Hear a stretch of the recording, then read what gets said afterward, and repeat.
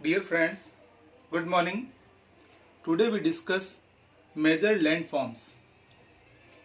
आज हम धरती के मुख्य धरातल के बिंदुओं का अध्ययन करेंगे. First we discuss about earth, पृथ्वी. पृथ्वी की अगर हम बात करें तो पृथ्वी क्या है? हम जहाँ निवास करते हैं वह पृथ्वी कहलाती है. और पृथ्वी का जो भाग है, लैंड पार्ट 29% है और वाटर पार्ट 71% है. The earth is made up of land and water. पृथ्वी है जो धरातल, स्थल और पानी के सहयोग से मिलकर बनी है. The surface of the earth is not the same everywhere. पृथ्वी की जो सरफेस है वो सभी जगह एक समान नहीं है. Some part of are flat and level while the other are raised landform and natural features of the earth's surface. The major landforms of the earth are mountain, plateau, plains, desert and rivers. धरातल के जो मुख्य भाग हैं वो मुख्य रूप से पर्वत, पठार, मैदान और नदियां हैं. First, mountains. माउंटेन्स की अगर हम बात करें तो माउंटेन्स क्या है? A landform which rise from than 900 metres about the mean sea levels, यानी समुद्र तल से 900 मीटर की ऊंचाई से अधिक जो भी है वो क्या कहलाएगा? माउंटेन्स यानी पर्वत कहलाएगा. इसे हम पर्वत कहेंगे. Mountains cover about 20% of the total land area of the earth. पृथ्वी का जो मुख्य पूरा एरिया है उसमें से 20% भाग पर पर्वत फैला हुआ है. Mountains differ in Heights and shape. जो पर्वत है वो विभिन्न ऊंचाइयों के होते हैं, विभिन्न आकार के होते हैं. They have very steep slopes. The highest mountain highest point of mountain is called peak और ए समिट. पर्वत का जो सबसे ऊपरी भाग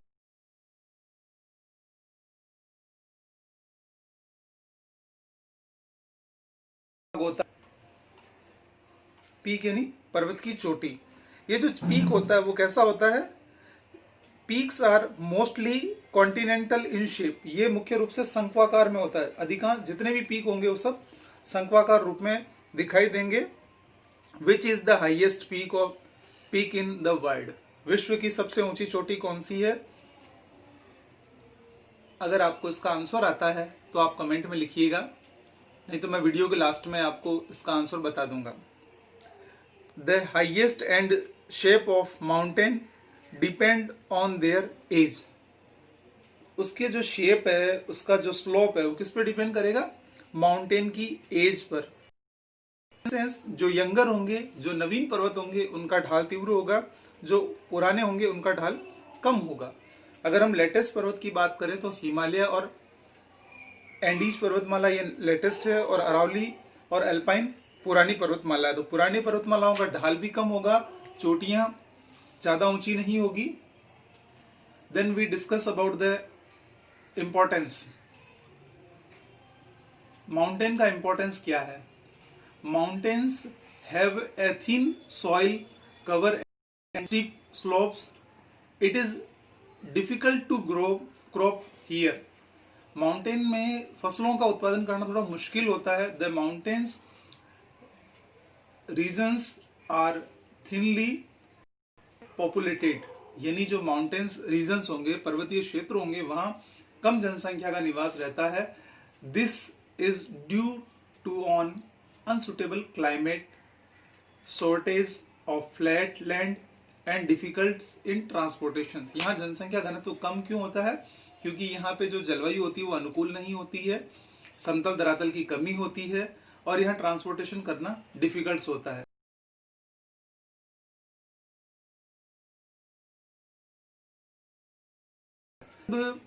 बातों के अलावा भी ये माउंटेन्स हमारे लिए यूजफुल होते हैं. क्यों होते हैं? क्योंकि ये हम पॉइंट्स में डिस्कस करेंगे. पहला, mountains act as a bigger against cold and hot winds. जो पर्वत जो खड़ा रहता है ये ठंडी और गर्म हवाओं से हमारी रक्षा करता है। जैसे इंडिया का जो क्लाइमेट है उसमें साइबेरिया से आने वाली ठंडी हवाओं को रोकने का मुख्य कार्य हिमालय पर्वत द्वारा किया जाता है। Rivers originating from mountains provide water for irrigations. जो नदियाँ निकलती है वो पर्वत से निकलती है जिससे सिंचाई की सुविधा मिलती है।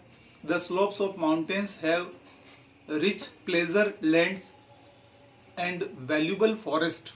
इनके जो ढाल होते हैं पर्वतों के वहाँ पे बहुत सारे पेड़ लगे होते हैं, दिखने में बहुत सुंदर होते हैं, जैसे शिमला, कुल्लू, मनाली, कुफरी। यहाँ लोग घूमने जाते हैं क्योंकि ये स्लोप्स पे बहुत सारे पेड़ वगैरह होते हैं। साथ ही यहाँ पे वैल्यूबल फॉरेस्ट होते हैं। Some mountains are rich in minerals. कुछ पर्वत ऐसे होते हैं जहाँ पे खनिज भंडार पाए जाते हैं। अब हम बात करें जो माउंटेन कैसा है, ये इस प्रकार हमें ये माउंटेन नजर आते हैं, पर्वतों की श्रृंखला नजर आती है। ये देखिए आप पिक्चर्स में आपको ये सामने नजर आ रहा होगा माउंटेन्स पिक्चर्स, जैसे ये इस तरह से। नेक्स्ट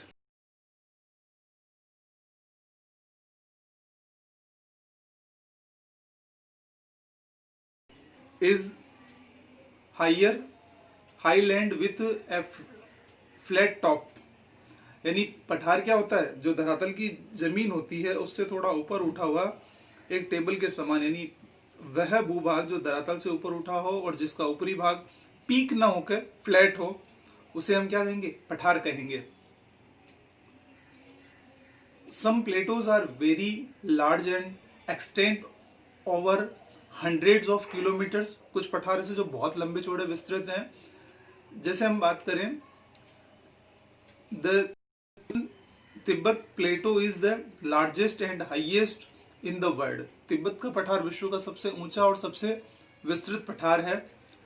इसी प्रकार हम बात करें तो नेक्स्ट जो इंडिया के अंदर है दक्कन प्लेटो, दक्कन का पठार, और नॉर्थ अमेरिका में कोलोराडो प्लेटो है, और बोलिविया प्लेटो साउथ अमेरिका के अंतर्गत है।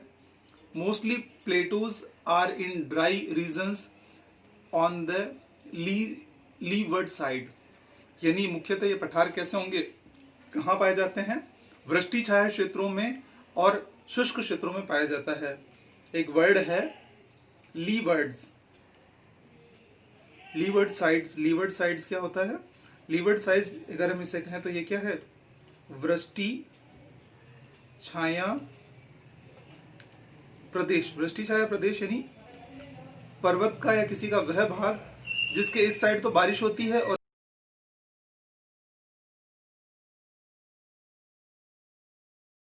इस साइड लीवर्ड साइड।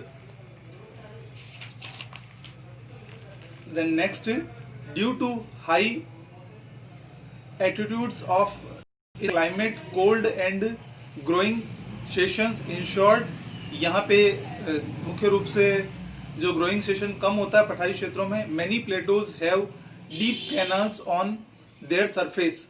कुछ पठार ऐसे हैं जिनकी जो सतह है वहाँ पे क्या होती है, कृत्रिम रूप से प्राकृतिक रूप से बनी हुई एक नहर जैसी होती है। The grand canals in the Colorado plateau is an examples. जो कोलोराडो प्लेटो जो कि अमेरिका में है वहाँ पे इसी तरह की कैनाल्स देखने को मिलती है। Importance, plateaus have grassland on which cattles and sheep are reached. Some plateaus are rich in minerals deposits. कुछ पठार ऐसे हैं जहाँ पे मुख्य रूप से ये वनस्पति खनिज संपदा वगैरह पाई जाती है। अब हम बात करते हैं प्लेटो। ये प्लेटो इस प्रकार दिखाई देता है, आप देख सकते हैं ये पूरा का पूरा धरातल ये ऐसा है, इससे ऊपर उठा हुआ भाग जहाँ पे पूरा का पूरा ग्रीनलैंड घास जैसा दिखाई दे रहा है। सेम एक पिक्चर और आपके सामने दिखाई दे रही है जहाँ पे देखिए ये मैदानी भाग है, मैदानी भाग से ऊपर उठा हुआ ये टेबल लैंड की तरह दिखाई दे रहा है। Next, plains. A plains is a flat and low-lying land surface.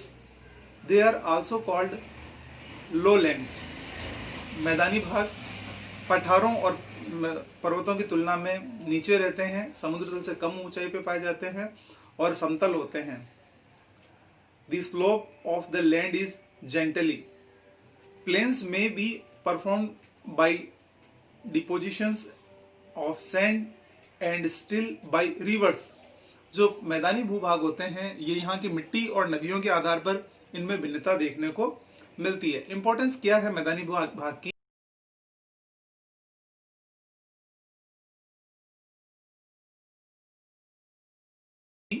Civilizations came up on the banks of rivers and plains. मुख्य रूप से जो प्राचीन समय की सभ्यताएं वगैरह जो देखने को मिली है वो सब कहाँ देखने को मिली है? मैदानी भागों के पास। ये देखिए आप, ये पहाड़ है, पहाड़ के पास ये मैदानी भाग जो कि पूरा ग्रीन ग्रीन दिखाई दे रहा है क्योंकि समतल होने के कारण यहाँ सिंचाई की सुविधा होती है और पूरी हरियाली होती है। Most big cities and towns are located in the plains. मुख्य रूप से जितनी भी सिटी है जो बने वो सारे के सारे क्या है? मैदानी भागों में बने। ये देखिए मैदानी भागों में यहाँ ये फसल लहरा रही है, इस पिक्चर में हम देख सकते हैं। It is easier to construct road, railway, aerodromes and canals in the plains. मैदानी भूभागों में हमें किसी भी क्षेत्र में रोड बनाने में सुविधा रहती है, साथ ही इसके अलावा हम रेलवे ट्रैक बना सकते हैं, सिंचाई के लिए नहरें बना सकते हैं, इसीलिए मैदानी भूभागों में ज़्यादा डेवलपमेंट होता है। मैदानी भूभागों में next desert are land area they received very little rainfall. मरुस्थलीय भाग वह भाग है जहाँ पे बहुत कम बारिश होती है। These areas have a dry climate. इन क्षेत्रों में शुष्क जलवायु पाई जाती है। डेजर्ट है, डेजर्ट्स में क्या क्या चीजें देखने को मिलेगी? Very hot days and cold nights. दिन बहुत गर्म होंगे लेकिन रातें कैसी होगी? ठंडी होगी। Frequently dust storm. मिट्टी का एक तूफान जैसा देखने को मिलेगा जिसे हम क्या कहते हैं? चक्रवात में तो क्या बारिश के समय में बादलों का रहता है, मिट्टी में इस तरह का जो एक रेत का बवंडर उठता है जिसे बवंडर या भतुड़िया कहा जाता है। Hills and sand called sand dunes. Little vegetables due to less rainfalls. यहाँ कम वनस्पति पाई जाती है, मरुस्थलीय वनस्पति पाई जाती है क्योंकि यहाँ पे बारिश कम होती है। Most deserts are located on the western side of continent.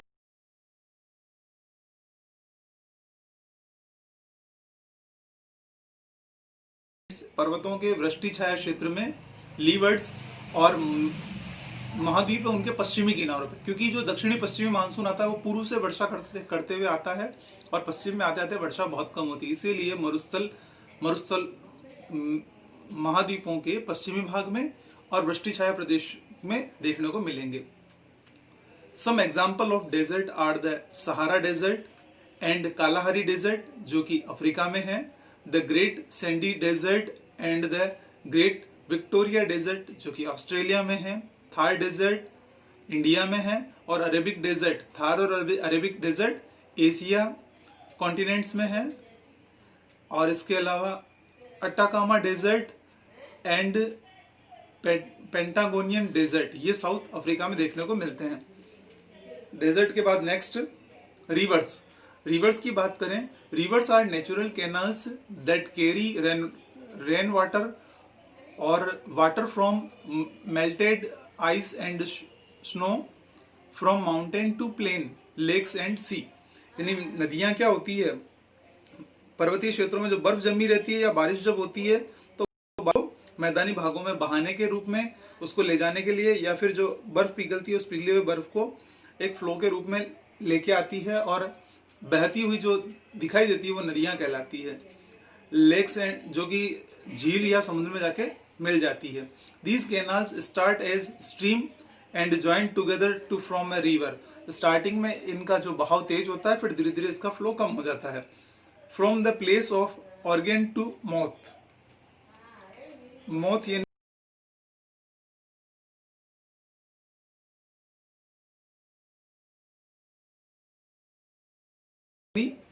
नदियों की अगर हम बात करें तो नदियां मुख्य रूप से इनकी तीन स्थितियां दिखाई गई है। फर्स्ट द अपर एंड और द यंग कोर्स। नदी की जो प्रारंभिक अवस्था होती है जिसे युवा अवस्था के रूप में कहा गया है। ये देखिए आप रिवर आप देख सकते हैं ये मैदानी भागों में मिलने के लिए आ गई है। फर्स्ट जो कि यंग कोर्स कहलाती है जिसमें मुख्य रूप से कैनल्स, वाटरफॉल्स एंड रैपिड्स बनते हैं, यानी यहाँ पे जलप्रपात वगैरह बनते हैं, वी आकार की घाटियां बनती है। और जो मिडिल और द मैच्योर कोर्सेज, जो दूसरी अवस्था होती है जिसमें नदियां मुख्य रूप से क्या बनाती है, अपनी घाटियों को गहरा करना शुरू कर देती है और गोखुर झील वगैरह ये सब बनाती है। देन लास्ट जो एज होती है द लोअर और द ओल्ड कोर्स, नदियां जब अपनी अंतिम अवस्था में समुद्र में या इसमें मिलती है उससे पहले क्या करती है, जो स्वरूप बनाती है उसे कहते हैं डेल्टा। हम बात करें तो in this course the speed of the river is very slow. इस तीसरी अवस्था में इस नदी की स्पीड बहुत स्लो हो जाती है। The river deposits the sets and carriers near the mouth, जो अपने साथ मिट्टी लाती है वो नदी के मुहाने पर, माउथ यानी मुहाने पर इकट्ठा कर देती है, forming a triangular shaped and called delta. यानी ये क्या करती है, मुहाने पर इकट्ठा करती है और ये जो एक ट्रायंगुलर शेप बनाती है, यानी ये इस प्रकार के त्रिभुजाकार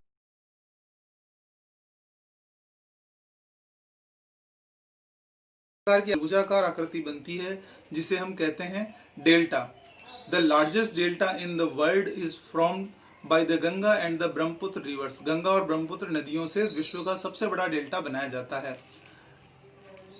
तो आपने कमेंट्स लिखा होगा, आप अपने कमेंट्स को चेक कर लीजिएगा कि विश्व की सबसे ऊंची पर्वत श्रृंखला कौन सी है। माउंट एवरेस्ट 8,848 मीटर की ऊंचाई पे। दूसरा प्रश्न ये है कि ये जो विश्व का सबसे बड़ा डेल्टा है जो कि गंगा और ब्रह्मपुत्र की नदियां बनाती है, इसे किस नाम से जाना जाता है। आप वीडियो को पॉज कर दीजिए, अपना आंसर लिखिए और फिर मिलान कीजिए। इसका राइट आंसर है सुंदरवन का डेल्टा, यानी गंगा और ब्रह्मपुत्र का डेल्टा या सुंदरवन का डेल्टा। इसे सुंदरवन का डेल्टा इसलिए कहते हैं क्योंकि यहाँ पर जो वृक्ष हैं, सुंदरी वृक्ष, उनकी प्रधानता पाई जाती है। आप सभी का बहुत थैंक यू वीडियो को लास्ट तक देखने के लिए। अगर आपने अभी तक इसको सब्सक्राइब नहीं किया है तो चैनल को सब्सक्राइब कीजिए। आपको ये वीडियो अच्छा लगता है तो इसे शेयर कीजिएगा। और आप किस प्रकार के वीडियो चाहते हैं और इसमें क्या इम्प्रूवमेंट चाहते हैं, अपने कमेंट्स लिखिएगा। Thank you very much.